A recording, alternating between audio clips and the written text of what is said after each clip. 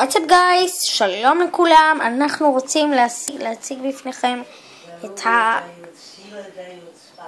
האייפון 20. כמו שאתם יכולים לראות, יש פה מקשי חיוג, יש פה אפליקציות, לא מזמן התקינו אותם.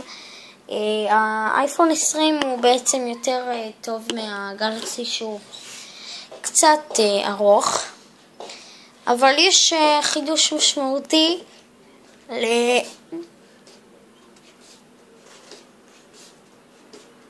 לעומת האנדרואיד החדש, אנדרואיד S4 החדש של אנדרואיד.